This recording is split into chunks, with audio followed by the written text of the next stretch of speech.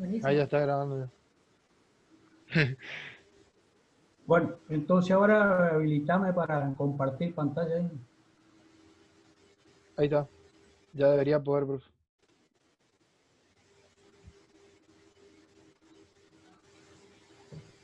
Bueno,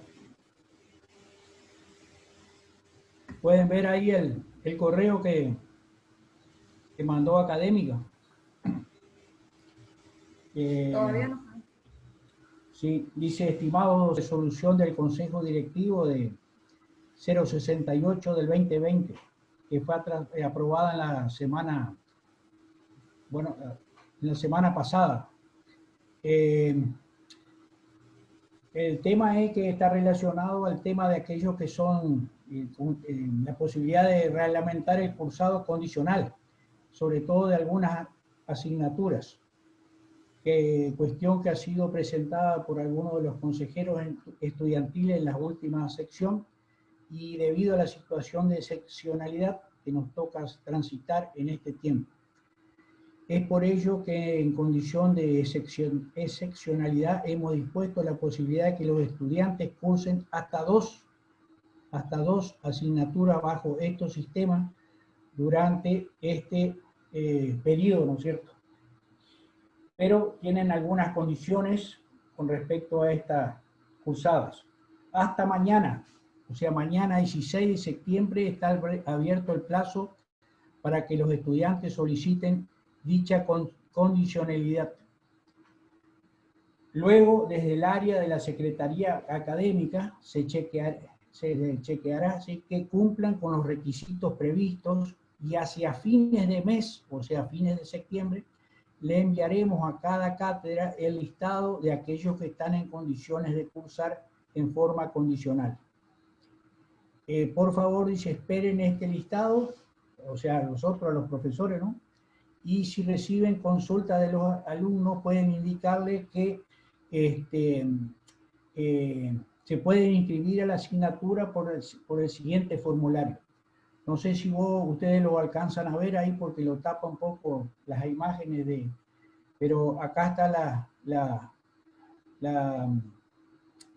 por a dónde deberían inscribirse para la forma condicional. No sé, Adrián, si vos podés sacar acá las imágenes para que se vea bien. No sé qué imágenes usted dice, profe. Yo no estoy viendo. O sea, Ah, yo que veo son las, su correo normal, digamos. acá, ¿ves la pantalla entera? Ah, Sí, bueno, está bien, está el entonces. correo y el enlace del formulario, digamos.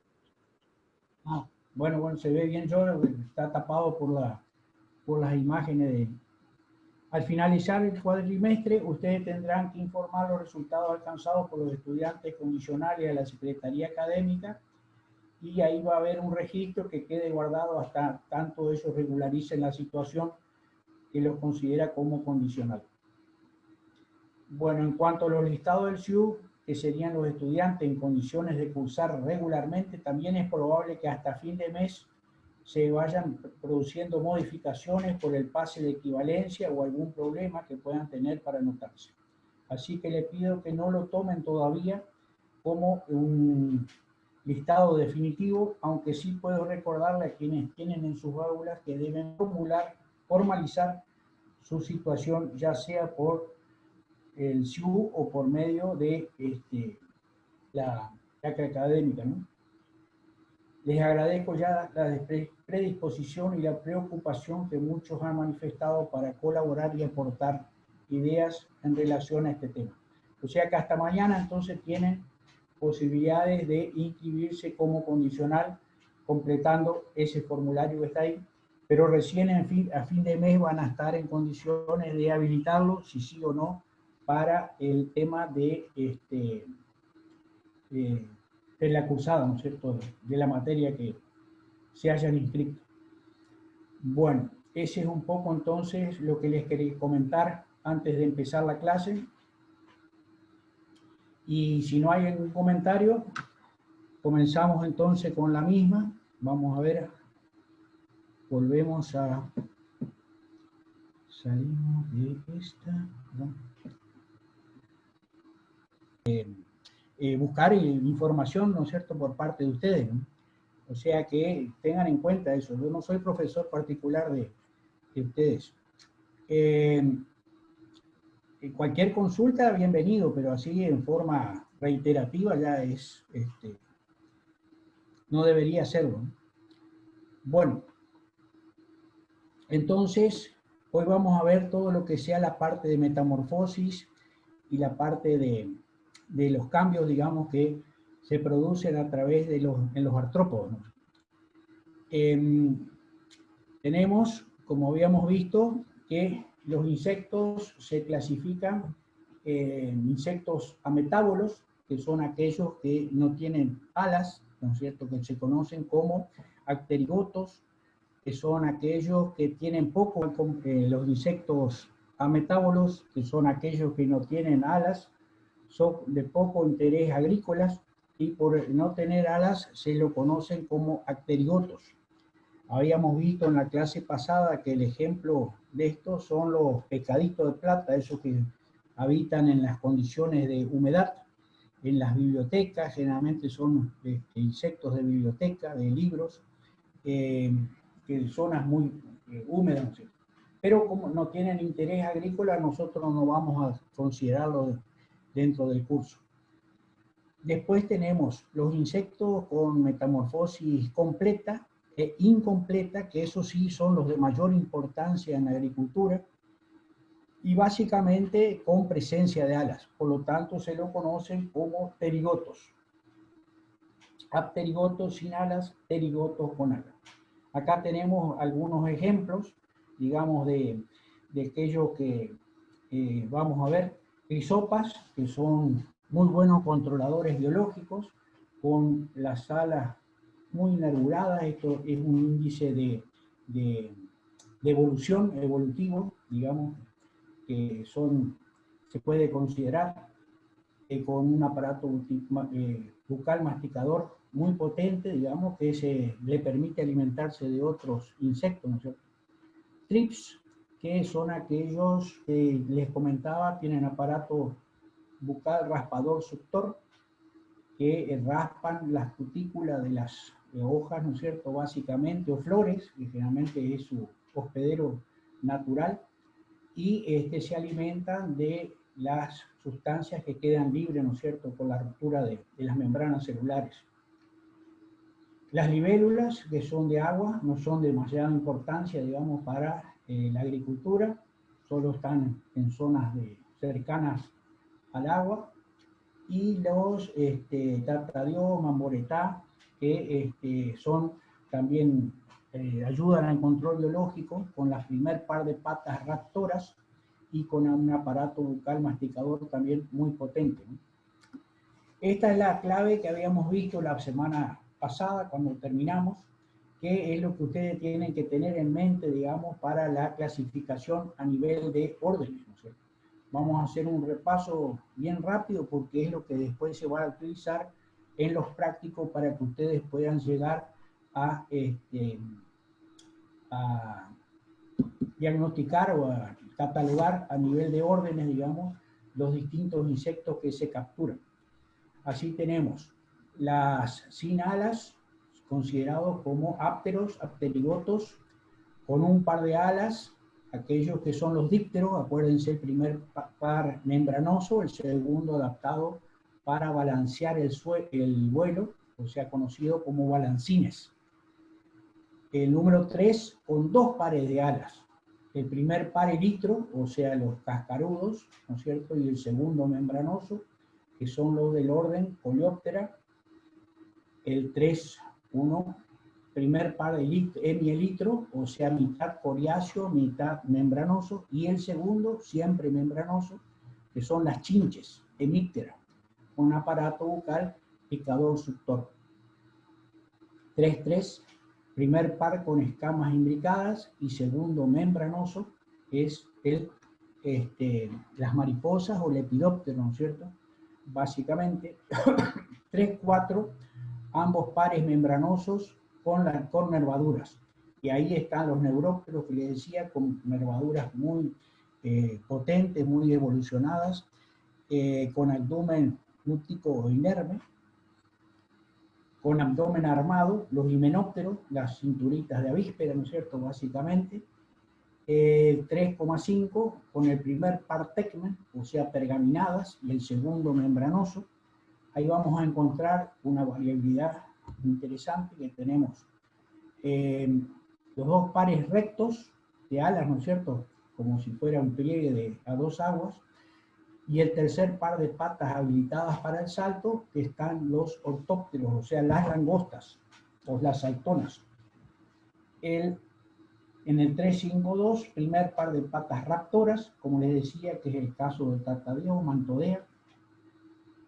Y el 3.6, los dos pares de igual estructura membranosa, que ahí están los homópteros, o sea, todos los que son las chicharras, cílidos, pulgones, las moscas blancas, mosca negra. Los dos pares también de estructura membranosa e igual tamaño son los isóptera. Iso quiere decir iguales de alas, las dos alas iguales. Y en el último tenemos los dos pares membranosos con flecos en el borde, que están los trips optisanópteros. O sea, esto es lo que ustedes tendrían que tener en mente para llegar, digamos, y siempre a mano para llegar a determinar los órdenes de los insectos que ustedes van a ir capturando en los distintos prácticos.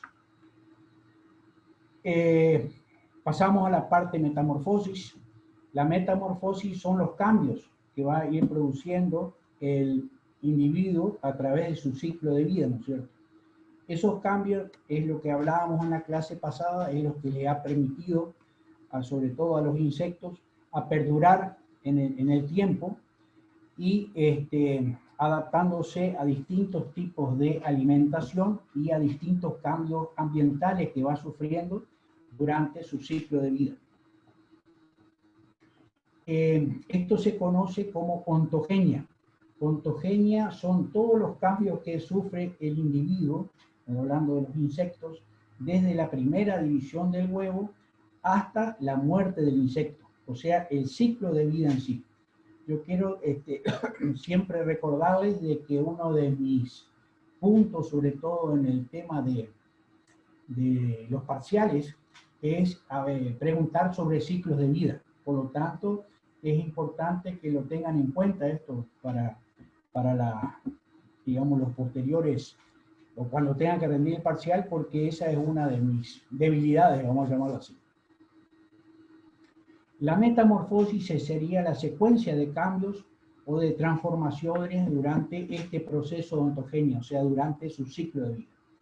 Y se pueden clasificar en dos, en un periodo embrional, que es el que ocurre dentro del huevo, ¿no es cierto?, hasta la ruptura del corión o de la capa del huevo. Y otro que es posembrional, que es ya cuando el individuo está en estado libre, digamos, sin la protección del corión, hasta la muerte del insecto. O sea que tiene esas dos etapas, embrional y posembrional.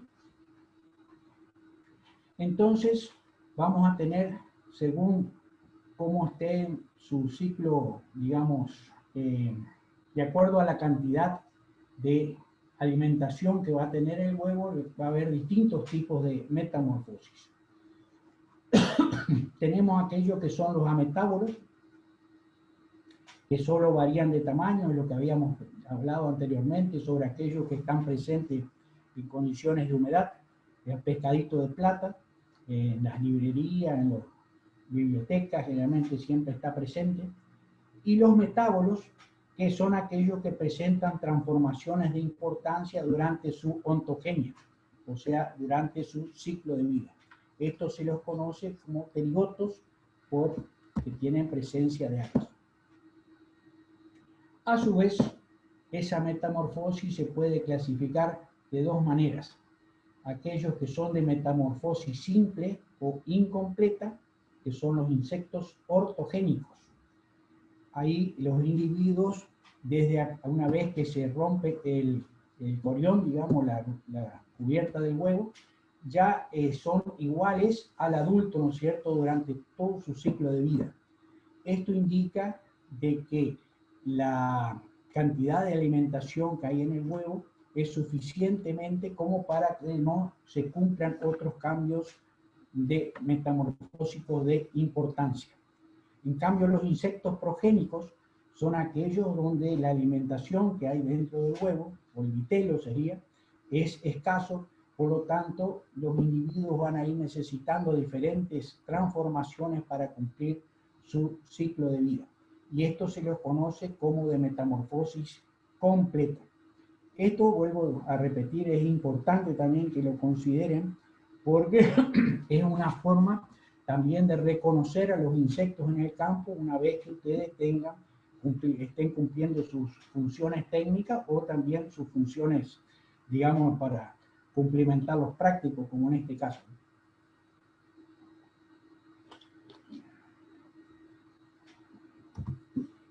Bueno, acá tenemos tres grupos que son aquellos que tienen metamorfosis simple o incompleta.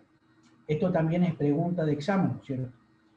Los paurometábolos, que corresponden a los ortópteros son las langostas, los grillos, y mantodeas, o sea, el tata Dios, son los que tienen metamorfosis simple o incompleta.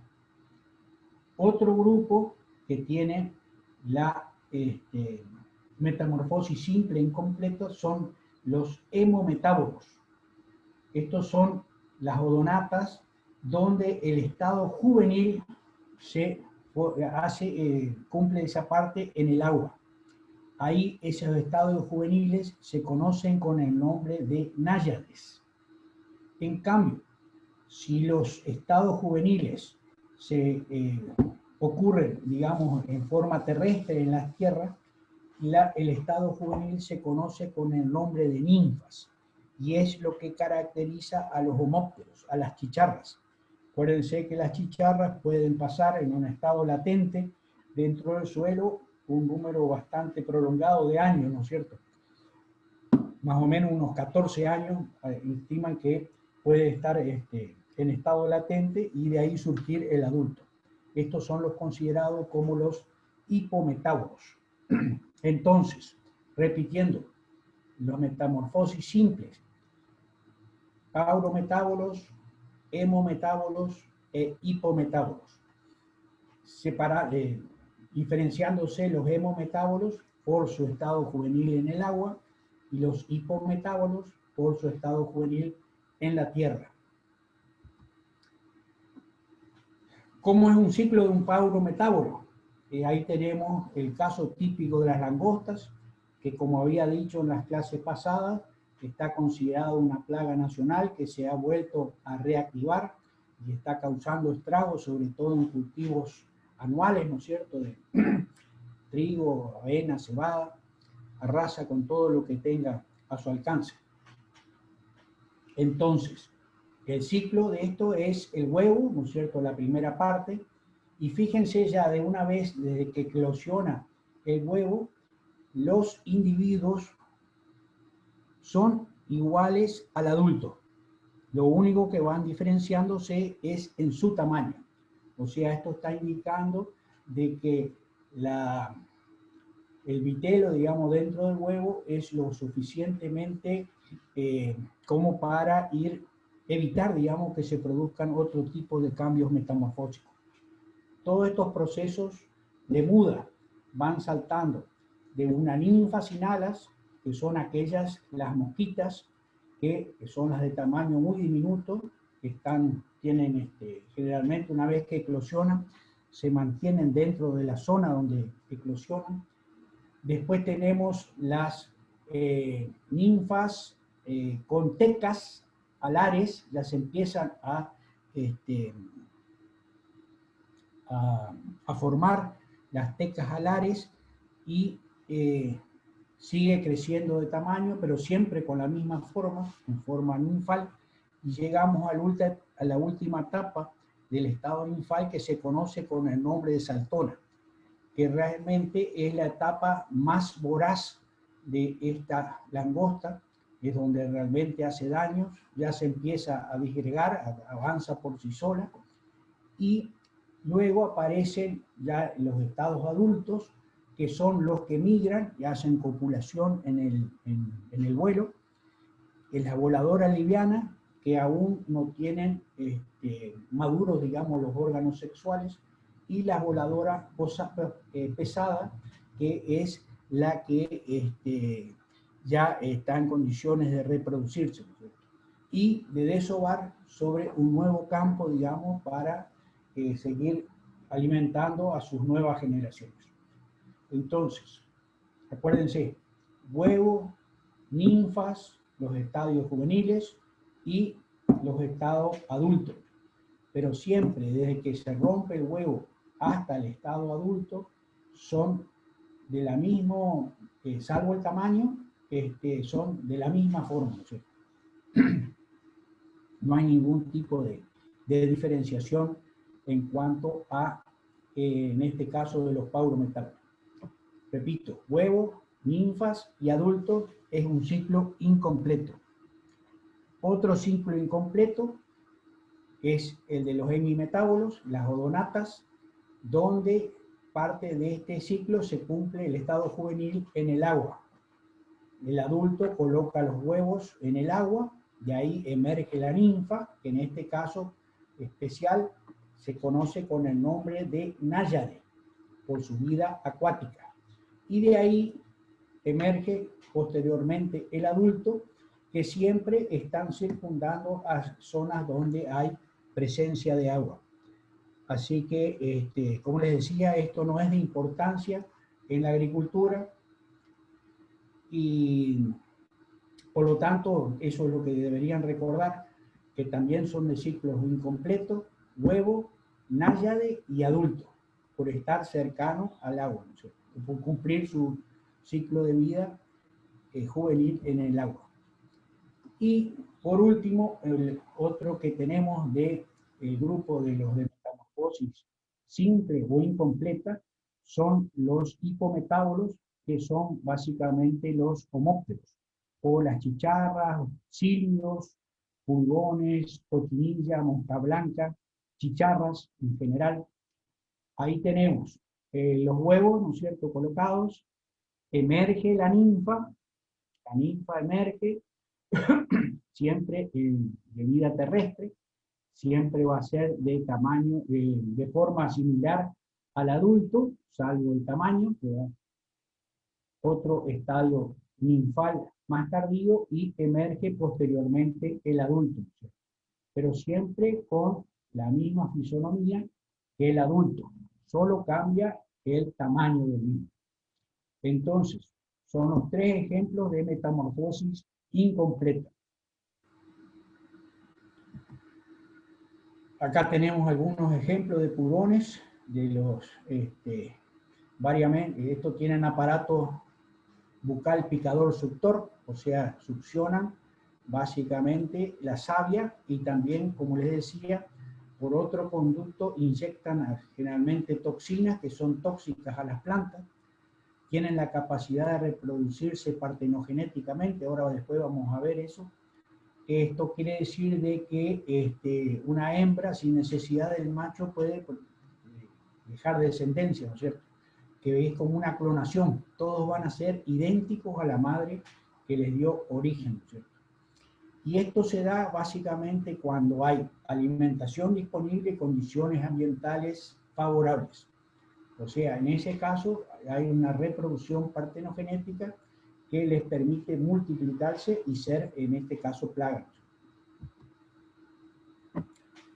Pasamos a los de metamorfosis completa. Acá tenemos los holometábolos, que hay varios grupos, digamos, dentro de los holometábolos. Están los dípteros, o sea, las moscas, los lepidópteros, las mariposas. Una parte de los coleópteros, básicamente los escolítidos, que son aquellos que producen el mal de las municiones en la madera, y los himenópteros, o sea, los que básicamente las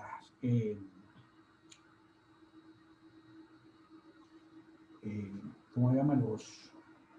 Las hormigas y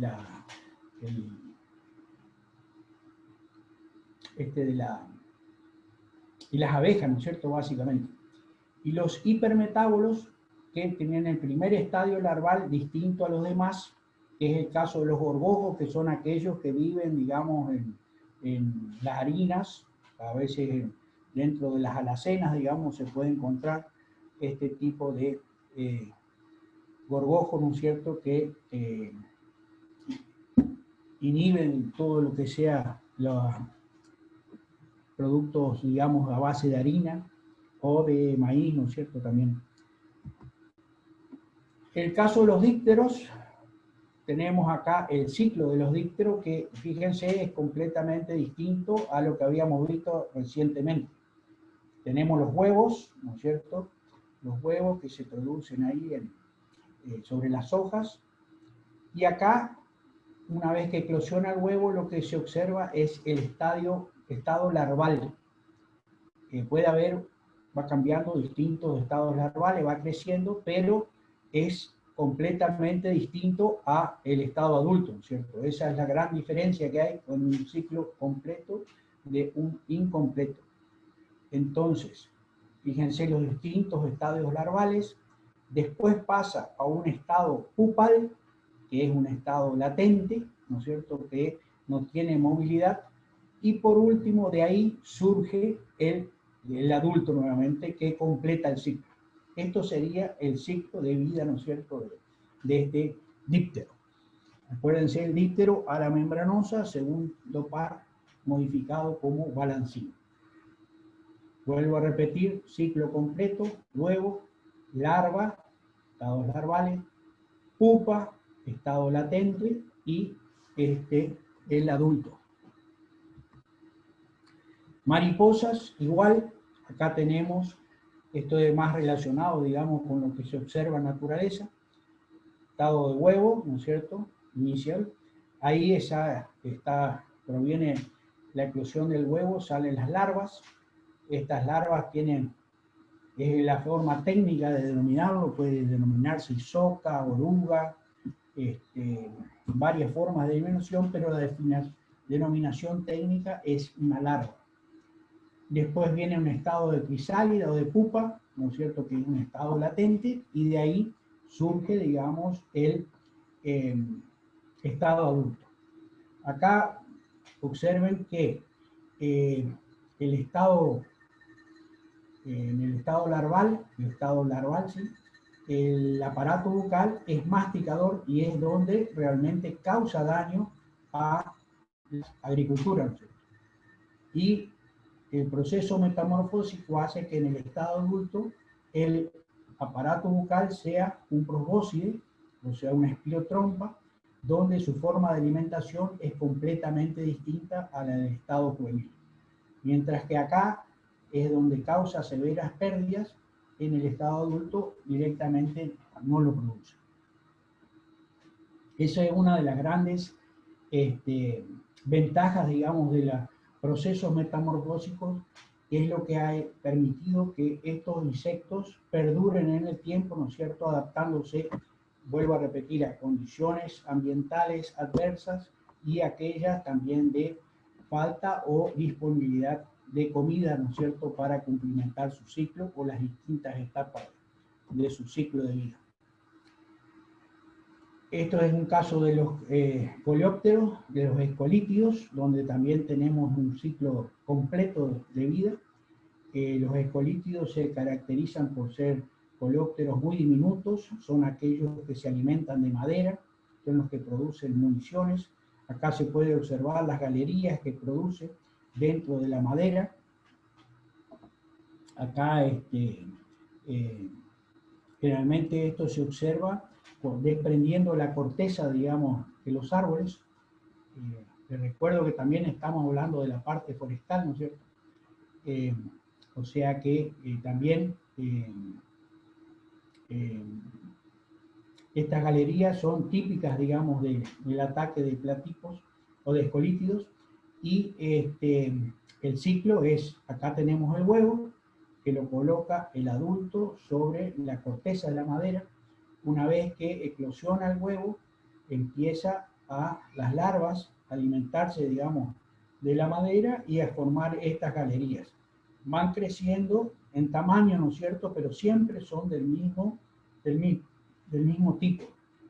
Pasan al estado pupal, o sea, de latencia, y cerca, digamos, de donde van a surgir después el adulto, digamos, cercano a la superficie de del árbol, para facilitar la emergencia del adulto, ¿no es cierto?, hacia el exterior, ahí copular, digamos, el macho con la hembra y formar una nueva generación. Entonces, todo esto que les vuelvo a decir, repito, de ciclo completo, huevo, estados larvales, pupas y posteriormente el adulto. Y en el caso de los hipermetábolos, donde hay distintos tipos de estados larvales, ¿no es cierto? Eso es, como les decía, se da en las harinas, en los maíz, que generalmente están en los silos o a veces en las alacenas de las casas, ¿no es cierto?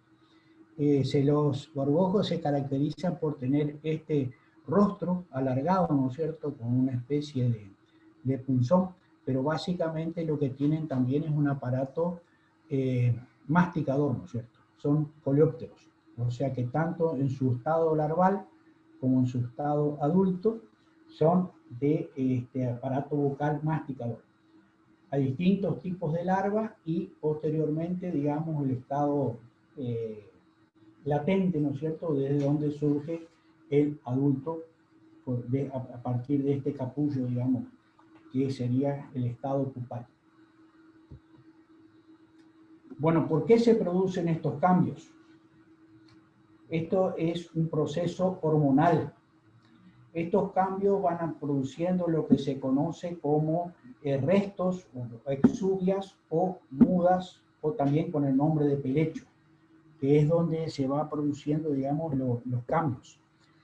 Y este proceso hormonal está dado por este balance entre la ecdisona, que sería la hormona de la vejez, y la neotina, que sería la hormona de la juventud.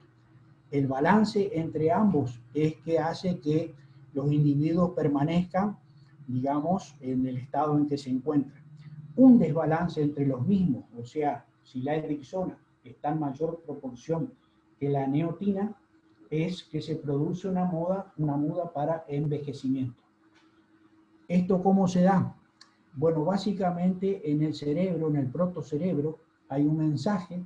Este mensaje está dado por generalmente el fotoperíodo, el cambio de fotoperíodo, condiciones ambientales adversas, por disminución en la fuente de alimentación.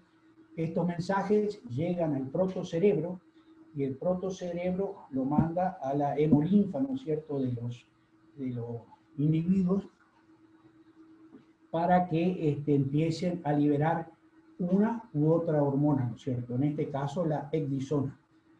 Al producir mayor concentración es donde se produce el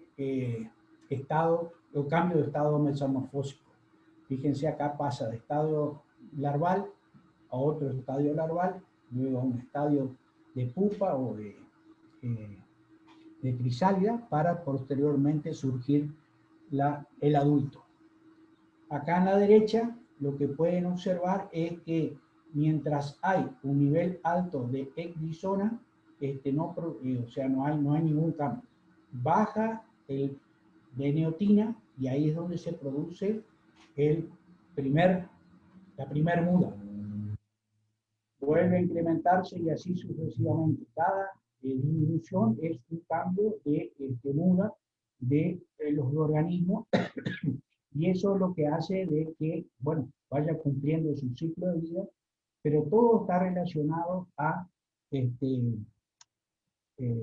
factores externos, ¿no es cierto? Ya les vuelvo a repetir, son la alimentación o factores ambientales adversos que hace que estos procesos hormonales se encuentren balanceándose o se desbalanceen, digamos, de acuerdo a esas circunstancias. Este proceso hormonal es lo que se está utilizando hoy en día para la formulación de insecticidas.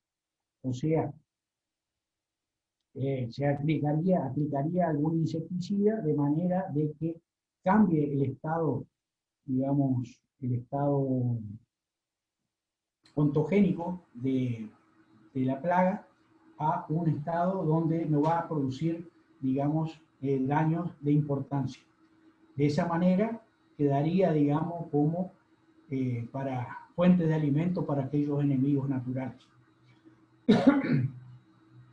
No sé si me entienden, o sea, no sería un insecticida que actúe directamente eliminando al organismo, sino lo que hace es produciendo un cambio en su metamorfosis, de manera de que no sea dañino para el vegetal y también quede, digamos, libre o que viva, digamos, para que también sea fuente de sus enemigos naturales.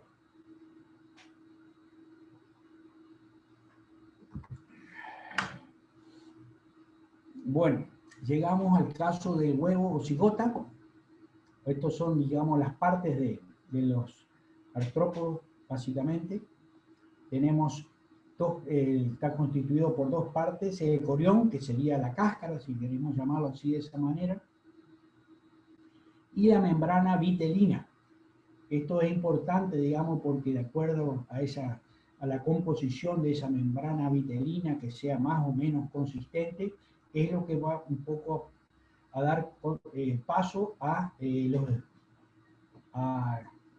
los individuos sean de metamorfosis simple o de ciclo completo o de ciclo incompleto. Este se conoce como citoplasma o vitelo. El huevo tiene una importancia porque aquel que está familiarizado con un huevo, con los huevos de una plaga, generalmente estos son de un mismo color, generalmente son ovipuestos de una manera uniforme, ¿no es cierto?, de la misma manera siempre, y por lo tanto, sin necesidad de que esté presente ya el estadio larval o el estadio ninfal, según sea uno u otro caso, ya uno puede prevenir, digamos, la presencia de ese tipo de plaga. Bueno, es la célula que resulta de la unión de las gametas femeninas y masculinas, ¿no es cierto?, cuando hay reproducción sexual. Consta de dos cubiertas, como les decía, una externa, que es el corión, y otra interna, que es la membrana vitelina, y está constituida por el vitelo o el citoplasma. El vitelo es variable en espesor, con superficie o con diversos diseños. Ahí, como les decía, uno puede familiarizarse ya con, ahora después vamos a ver algunas fotos, digamos que tienen distintos colores, distintas estrías, distintos reticulados, pueden ser pedicelados. Entonces esto nos permite, ya le digo, sin la presencia del individuo, ya por sola presencia del huevo, de qué organismo se puede tratar. Permite diferenciar especies. Las hembras pueden desovar de diversas formas, generalmente son de una disposición que es característica, ¿no es cierto?, como les comentaba anteriormente. Y tienen dos formas, uno desarrollo embrional, que es poco frecuente en los hexápodos, o sea, una vez que se forma el embrión, acá se rodea de una porción del vitelo y se dirige hacia la periferia, digamos, del huevo. En cambio, el meroblástico, que es el más común en los insectos, acá el embrión, digamos, se rodea de porciones de vitelo, pero que permanece concentrado en el centro del huevo. Es la gran diferencia y más importante en los insectos plaga. Acá tenemos distintos tipos de huevos. Fíjense, estos son pedicelados, estos son en forma de cápsulas, ¿no es cierto?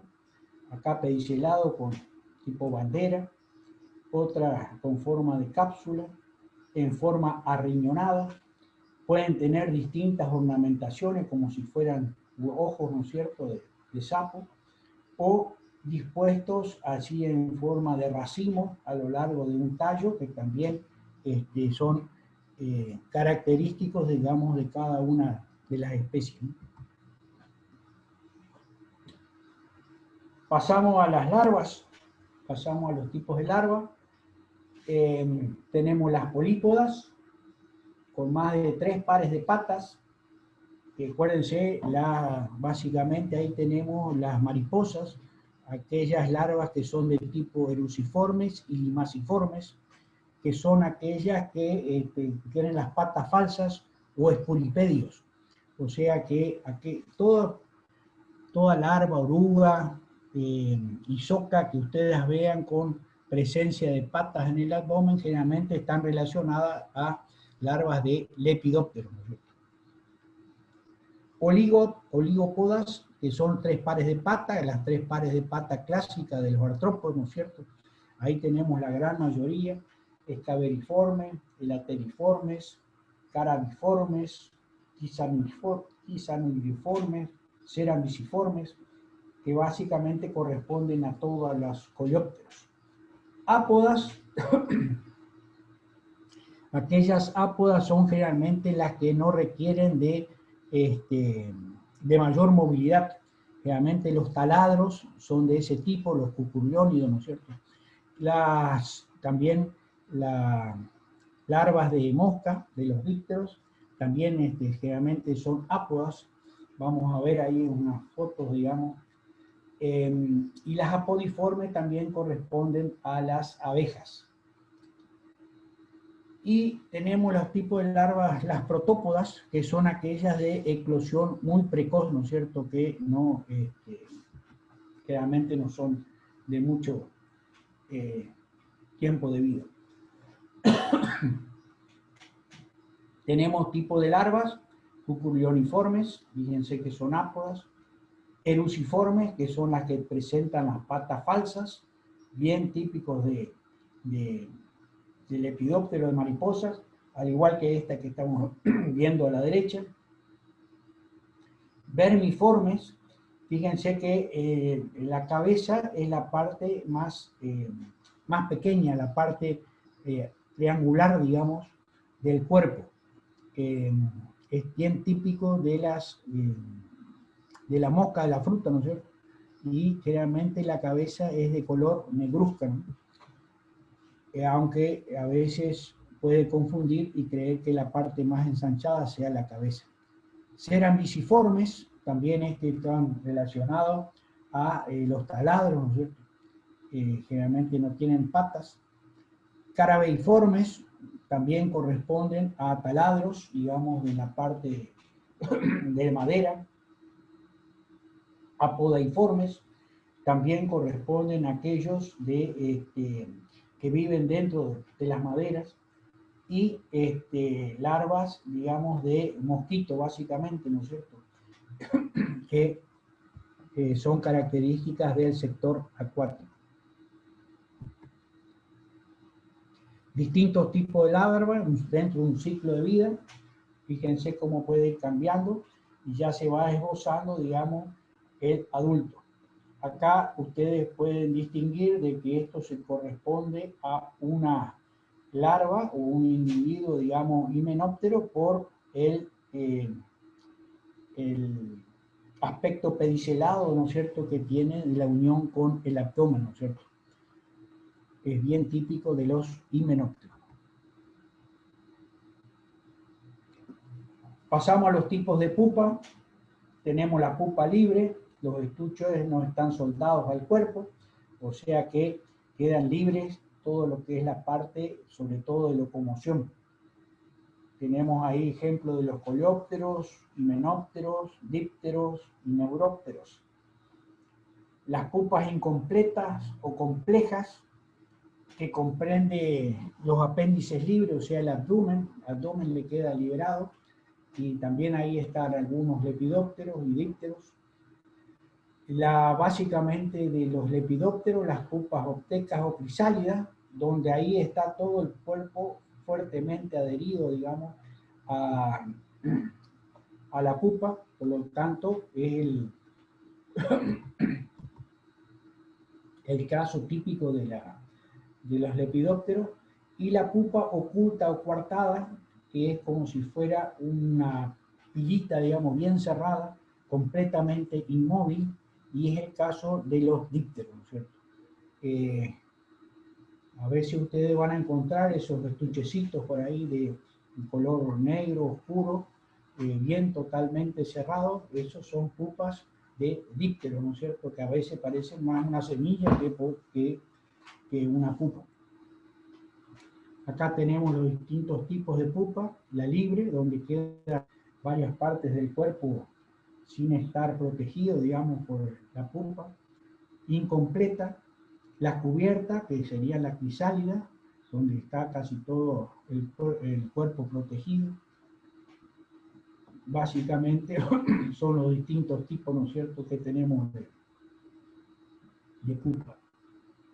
Y por último llegamos al estado adulto, o estado que puede ser subdividido en 3 etapas. El periodo reproductor, donde todavía no están maduros los órganos sexuales, pero ya están esbozadas las alas, digamos, para aquellos que tienen la capacidad de volar. Y el periodo reproductor, donde ya son maduros, digamos, los órganos sexuales, generalmente ya están en pleno vuelo, o están con la capacidad de volar. Y el postreproductor, que sería luego de la copulación, ya la formación de los huevos y la oviposición, digamos, para producir una nueva generación de individuos, ¿no? Y causar ese tipo de daño. Hacemos un recreo de 10 minutos si quieren.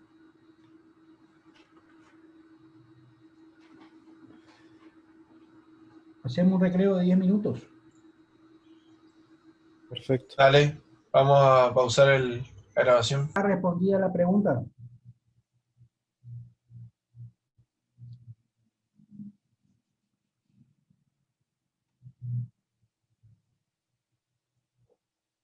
A ver, gracias. Bueno, entonces continuamos. Tipos de reproducción. Tenemos 2 tipos, ¿no es cierto? Básicamente la más frecuente es la sexual o gámica, digamos, que se conoce, que sería el sinónimo de boda. Pero dentro de los artrópodos hay otras formas de reproducción asexual, que hay varios tipos, ¿no es cierto? Tenemos la partenogénica obligada y la facultativa. O sea, obligada es cuando la única forma de reproducción es en forma partenogénica. Ahí puede ser ambos sexos, ¿no es cierto? Anfitóquica. Si solo son machos los que se producen, se conoce con el nombre de arrenotóquica. Y si lo que se produce solo hembras, son las telitóquicas. Generalmente también puede haber facultativa, o sea, una generación de embriones fecundados sexualmente, ¿no es cierto? En eso va a dar individuos de distintos sexos, y una partenogénica obligada que puede dar solo hembras o solo machos. Esas son las partenogénicas. Les vuelvo a repetir lo que les comentaba anteriormente, que la partenogénesis es como una clonación. O sea, todos los individuos que se producen a través de la madre, digamos, son idénticos genéticamente. Por lo tanto, se lo puede considerar como una clonación. Esto se produce generalmente cuando hay mucha alimentación disponible. O sea, ahora estamos en floración, en primavera, brotes nuevos, generalmente va a haber alimentación para un tiempo bastante largo, ¿no es cierto? Entonces, en esos casos, una vez que llegan aquellas que son iniciadoras de colonias, van a dar posiblemente origen a hembras, y estas hembras van a dar lugares a individuos partenogenéticos, o sea, muchas generaciones que son los que realmente causan daño. Una de estas características que estos individuos que se producen partenogenéticamente generalmente no son alados. Generalmente tienen patas pero no tienen alas, por lo tanto su capacidad de movilizarse es bastante relativa y solo es en los lugares, digamos, donde hay alimentación, que es donde se desplazan por esos pequeños espacios.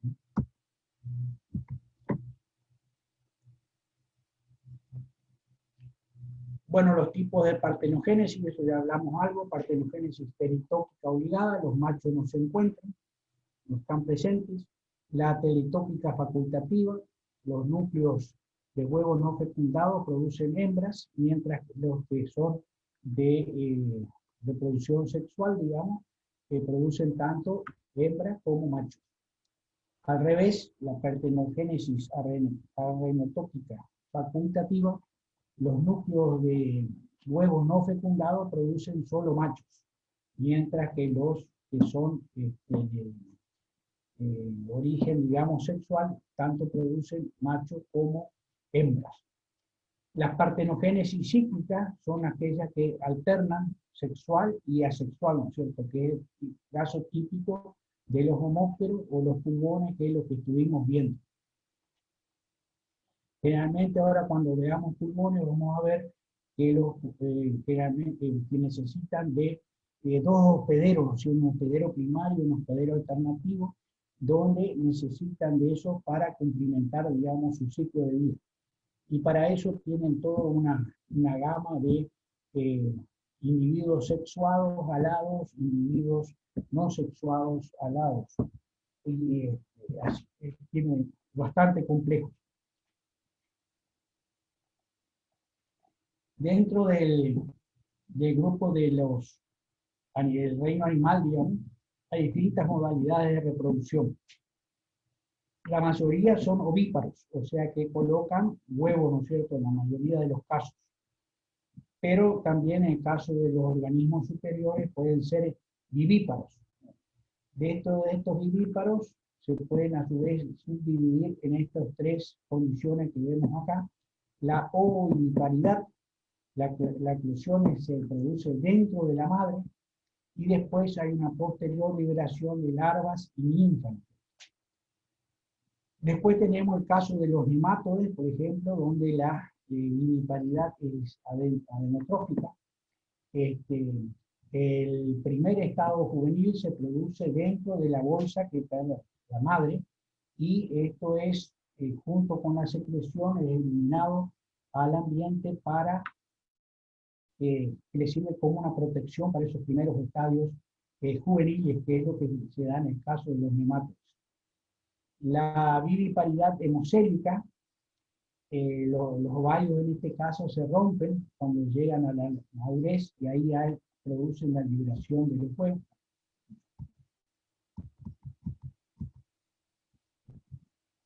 Y la viviparidad pseudoplacentaria, que es donde el embrión se desarrolla en una porción ensanchada de la vagina, ¿cierto? Y ahí luego emerge los individuos.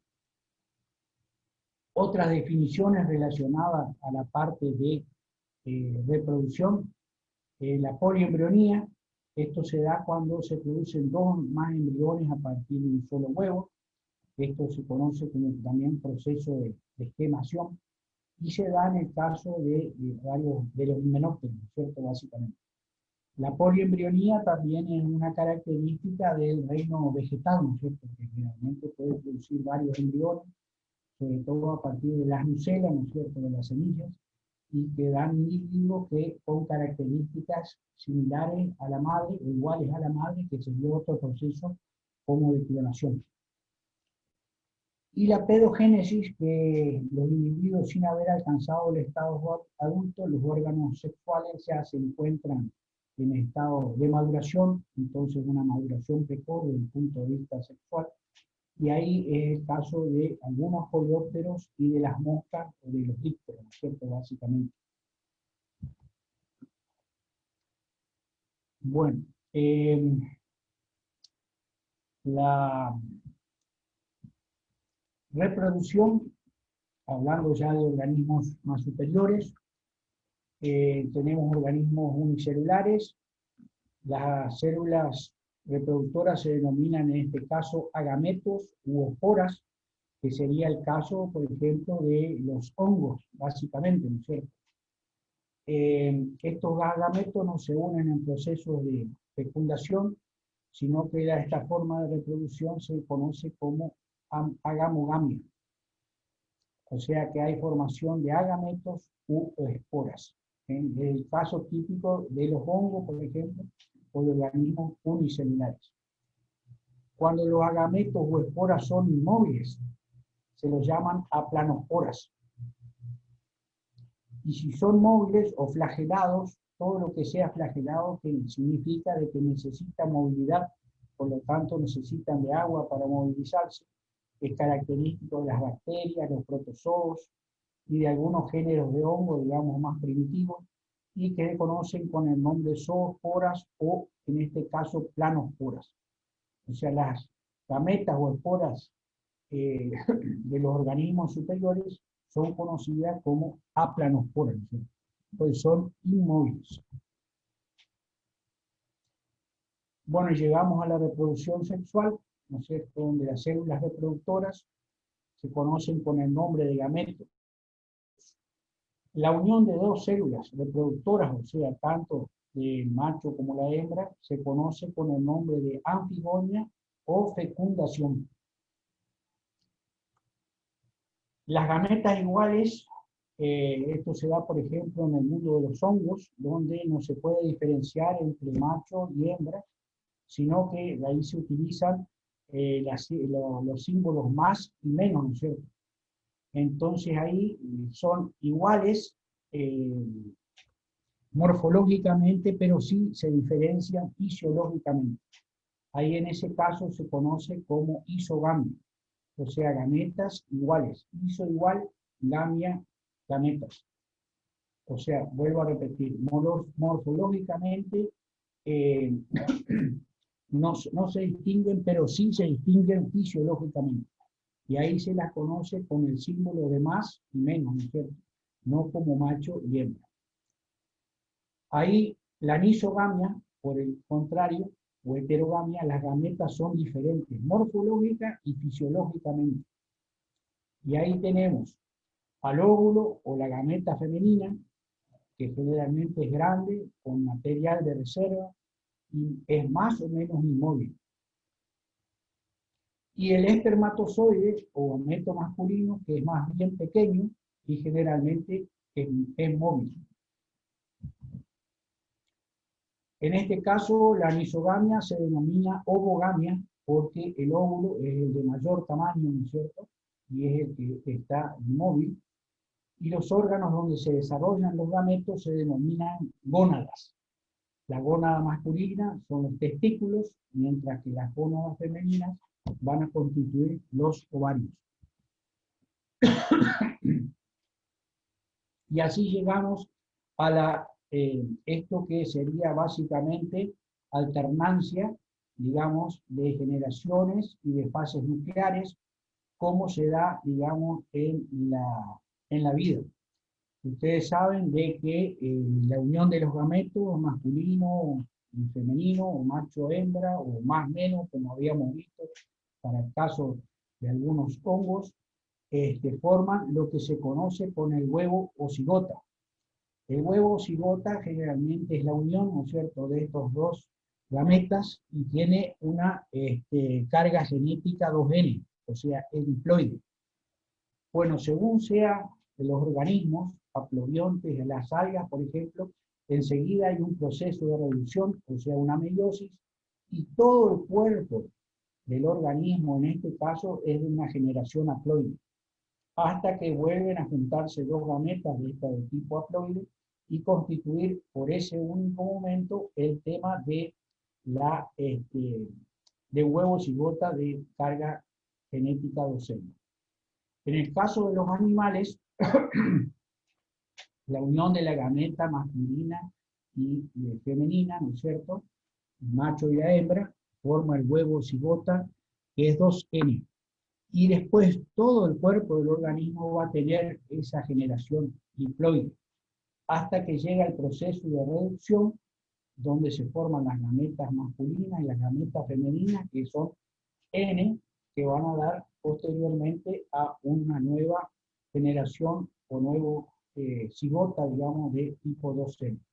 Entonces, por un lado, una rápida reducción, digamos, del nuevo cigota en el caso de los organismos aplobiontes y las algas, mientras que los animales, el huevo cigota mantiene su carga genética durante toda la estructura del cuerpo y salvo en la formación de sus gametos es donde se produce el proceso de reproducción.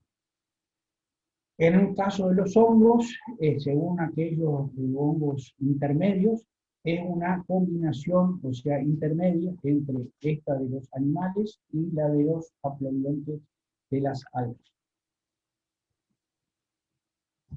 Y bueno, yo dejaría ahí por el día de hoy, porque ya si no entraríamos en el tema de nematodos y no nos va a alcanzar el tiempo para terminarlo, así que yo dejaría, si no hay alguna consulta con respecto a la clase de hoy,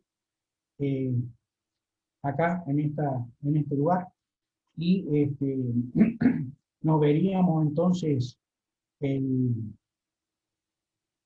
jueves. Si hay alguna consulta, bienvenido.